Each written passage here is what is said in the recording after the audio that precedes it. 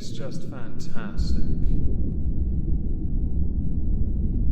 Captain's Log, Subdate 211124.6. As we edge closer and closer to Meggy Moistmas, the crew have started replicating decorations and suitable games for the festive season. My personal favourite is Russian Roulette with 6 NPCs and a flare gun, all of whom go first, and I only have 6 flares. It's a great game. Welcome everyone to the exhibition of stupid people. Today we have a lot of subjects to go through, so I'm very sorry in advance if this is a bit longer than normal. But we're going to start with a trending topic, and I noticed, and I say trending, from Twitter. A couple marry despite never meeting in real life. Bit of a strange one, but I'm going to let this one play out and we can make up our minds if it's stupid or not. But I'm going to preface with, I know that online relationships have become the norm, some going so far as to make it in the real world and actually get married. Fantastic, if that's what your endgame is, great. But this is not the norm, so one has to wonder, will this in turn become the norm because of other things that were not normal before? The lady whose name I can't pronounce is a cleaner from Lancaster, 26 years old. She met her husband, Darren, during lockdown because she needed someone to talk to, so she perused pen pal groups and struck up a conversation with a woman named Kenda, who is a carer living over in the States. It was during these conversations she mentioned she had a son who was a similar age, who was also looking for people to talk to. Not long after exchanging numbers, they began chatting, calling each other on the phone, downloading Zoom so they could then speak to each other for free. In fact, they have date nights, going so far as to order each other separate takeaway meals. After a few months of dating in November, Darren asked Unpronounceable to be his girlfriend, with them then being plans in place to visit, but because of the COOF restrictions, they couldn't do that. There were originally flights booked to Detroit for July the 23rd of 2021, but the US at the time was still restricting travel, which means they couldn't do this. They had tried another way, with her flying to Mexico, but US immigration said no, because she did not have enough money in her bank account to support herself during the stay, and did not have strong enough ties in the United Kingdom to justify it. Because of this heart-wrenching incident, Darren spoke to Unpronounceable's father to get permission to marry, because they had finally cottoned on that their daughter was doing something secretive and clandestine. Now they themselves support this, and they then since went on to get married, Unpronounceable and Darren that is. But I do have to ask, is this strange? Because it feels strange. I get that you spend a lot of time online talking to each other, but it was interesting and intriguing enough that I feel like I have to ask others because this isn't exactly my area of expertise. So do let me know in the comments. To move on from that, we're going to go to another trending topic I noticed from the Manchester News, where an apartment has been listed on housing website Rightmove. The apartment is a £600 a month studio flat, which, if you live in Manchester, certainly in the city centre itself, that's pretty good, because it's convenient, go to work, go home, go drinking, whatever, knowing you've got somewhere to stay.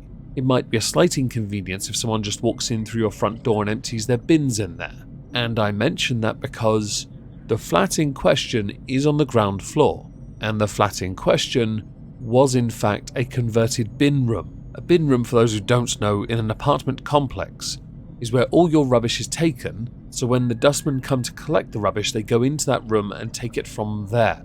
It saves a lot of hassle, although I can't help but feel there might be some additional hassle if those bins have been relocated elsewhere.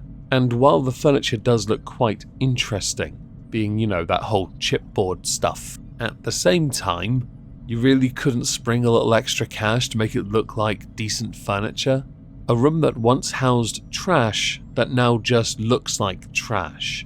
What a fascinating way of looking at it. It has been described as a modern studio that has been newly refurbished, ideal for the home office, for any working professional who wants to be located in the buzz of city centre close to all amenities, with it being summarised as having one bedroom, as well as a kitchen, bathroom and shower. Also, just as an added bonus, students and people who receive housing benefit are welcome to apply for this absolute piece of property gold. However, it is not being offered for residential purposes, but instead offered up as workspace, so no council tax needs to be paid on it. It also has a maximum of 4 tenants suggested. There is a debate with the council themselves and the owners with regards to whether or not you can legally do this, having been rejected on multiple occasions for applications to do this in the first place. I just think it looks like a very expensive place for Oscar the Grouch to live, but that's just me. So next, we go to Austin, Texas, a high school in Austin, Texas no less, where a principal has taken it upon themselves to resolve a few issues they have. One is dubbed significant behavioral events.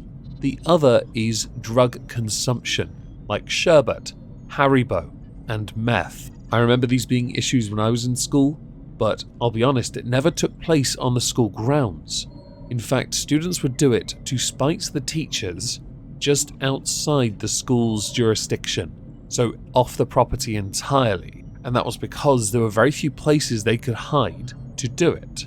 Not because of cameras, but mostly because of space. And also, do you have any idea how hard it is to hide in a school? Well, apparently, it was very easy in Travis Early College High School, because they were just doing it in the bathroom. So what the principal did was first of all send out a letter to parents letting them know they were going to do this, and remove all bathroom stall doors.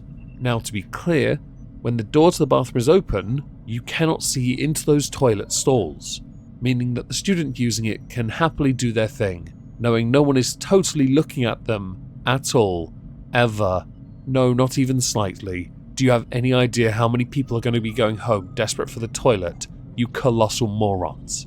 But as an upside to this, the consumption of these sherbet Haribo meths has gone down to 0, and the significant behavioral events have also gone. I wonder if it has anything to do with the fact that a lot of students are going home incredibly backed up and in pain. Guess you couldn't find a better solution, you just made it so the entire thing was open pan, which I'll admit has yielded a result. Congratulations. But I will also admit, I don't believe this was the right solution. It seems to be an invasion of any form of dignity and privacy for the student who just wants to go to the toilet. And yes, I know, other students are doing these things, so of course everyone needs to be punished for it.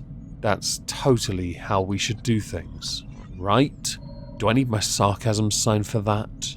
So next, the UK Metropolitan Police are a joke. Should I move on or give you better context for why I've brought them up yet again in the exhibition of stupid people? For this, we need PC's Denise Jaffa and Jamie Lewis, who in court had to admit misconduct charges because, while at a murder scene of sisters, they took photos of the sisters to then share via WhatsApp with 3 other officers, with the caption, "Unfortunately, I'm sat next to 2 dead birds with stab wounds," which I won't deny tickled me when I first read it. But at the same time, what is wrong with you? You shouldn't be on your phone at a murder scene in the first place. In fact, your phone shouldn't be there. You're on the job. Sorry, were. You're now on the dole, where you belong, and no doubt you'll soon be in the prison. Because stupid crimes like that are tasteless and senseless. Tasteless to the family who you have inappropriately taken photos of, and senseless because your job is to protect and serve. That does not include your own amusement. One other message was sent via WhatsApp, and it came from Denise Jaffa, who said, "I'm here now. I'll try to take pictures of the dead birds." Understandably, Denise Jaffa has since gone to resign as a police officer. Because of their actions, the Metropolitan Police Commissioner Cressida Dick had to apologise for that, because it may well play a part in negatively impacting the investigation into Danielle Hussein, the 19-year-old who killed the sisters. You two are morons, and I hope you both never work in police enforcement ever again. Also, if you get sentenced to any kind of time, yes, we will cover you again. So moving on from that, we're going to go to Sean Murphy. If you are anyone outside the United Kingdom, chances are you've never heard of him. If you've heard of snooker, the sport, the gentleman's sport, you will have heard of Sean Murphy. He is a former world champion, a Grand Slam champion no less. He has won pretty much everything in the game. He's won over £4 million in prize money, he has done incredibly well for himself. Well, recently he was trending on Twitter because he got knocked out in the first round of the UK Championships, and he wasn't best impressed. And the reason he wasn't best impressed is because he lost to an amateur player who qualified in the first round. I feel extremely hard done by that I've lost to someone who shouldn't even be in the building. I don't know why we as a sport allow amateurs to compete in professional tournaments.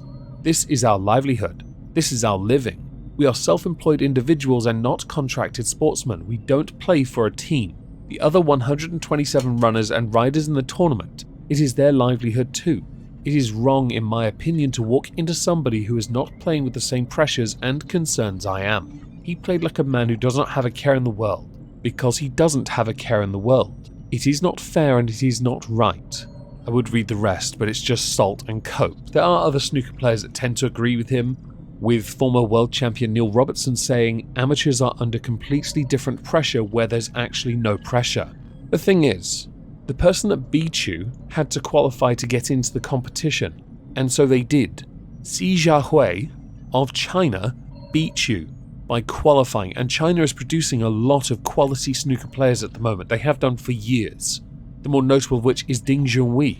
You could add Marco Fu if you like as well, but he's from Hong Kong. They're not the same place.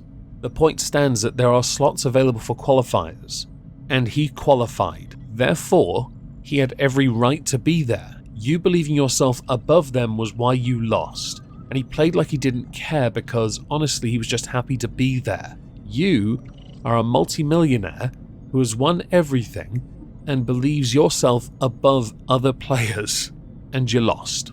Would you like some fries to go with that salt and cope? To our penultimate subject, we go to TikTok.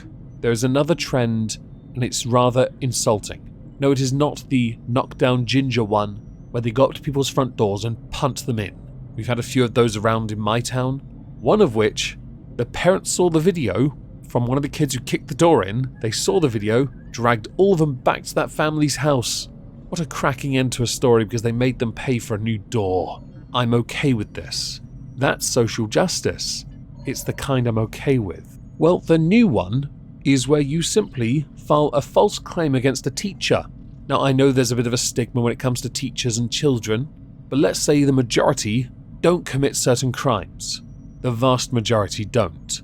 Well, the new one is to, claim that the teacher is a lover of younger blood. This is ruining people's lives, by the way, because there is enough of a stigma surrounding that you could not only cost them a job, but their home, their future, their career ruined. When these people choose to become teachers, they choose to give back, and you repay that by making false allegations because of a TikTok craze. One school had to call the police after a meme was made of one teacher falsely suggesting they were an offender on a register, that kind. And while it is just a meme, it's a very dangerous area to traverse, especially when it comes to academia and employment, especially when it comes to ones that involve adults and children. I know this isn't all TikTok users, but a lot of you are batshit, and you know it. Doing anything for clout, even if it comes at the price of someone else's life. How pathetic. Now to the final subject. In the United Kingdom we have music awards, kinda like the Grammys, but ours are called the Brit Awards. There are categories, and with the rise of many not identifying within the binary, some have decided that perhaps now's the time to make necessary changes to those awards ceremonies.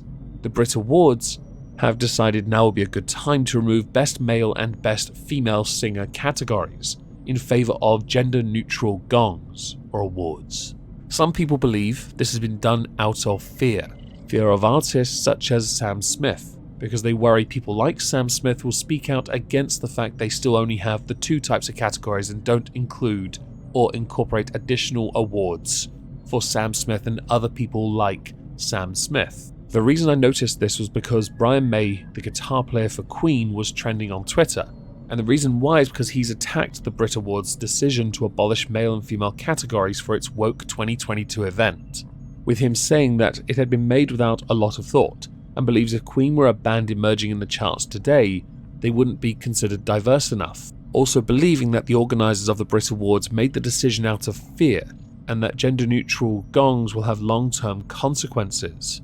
Personally, I think that if any awards ceremony continues down this path, it will invariably end up with everyone that gets nominated winning anyway. So if you're a nominated person, you get an award regardless, akin to that of a participation award, but made to feel like a winner award. There are meant to be winners and losers, okay? Anyway, as we're done, I'd like to know what you all think. Please do let me know in the comments down below, smash the like, share the video, drive up the engagement. If I don't see you on Twitch tonight for fishing, as we continue our lobster prowl, I hope you all have a fantastic day, and thank you all very much for listening.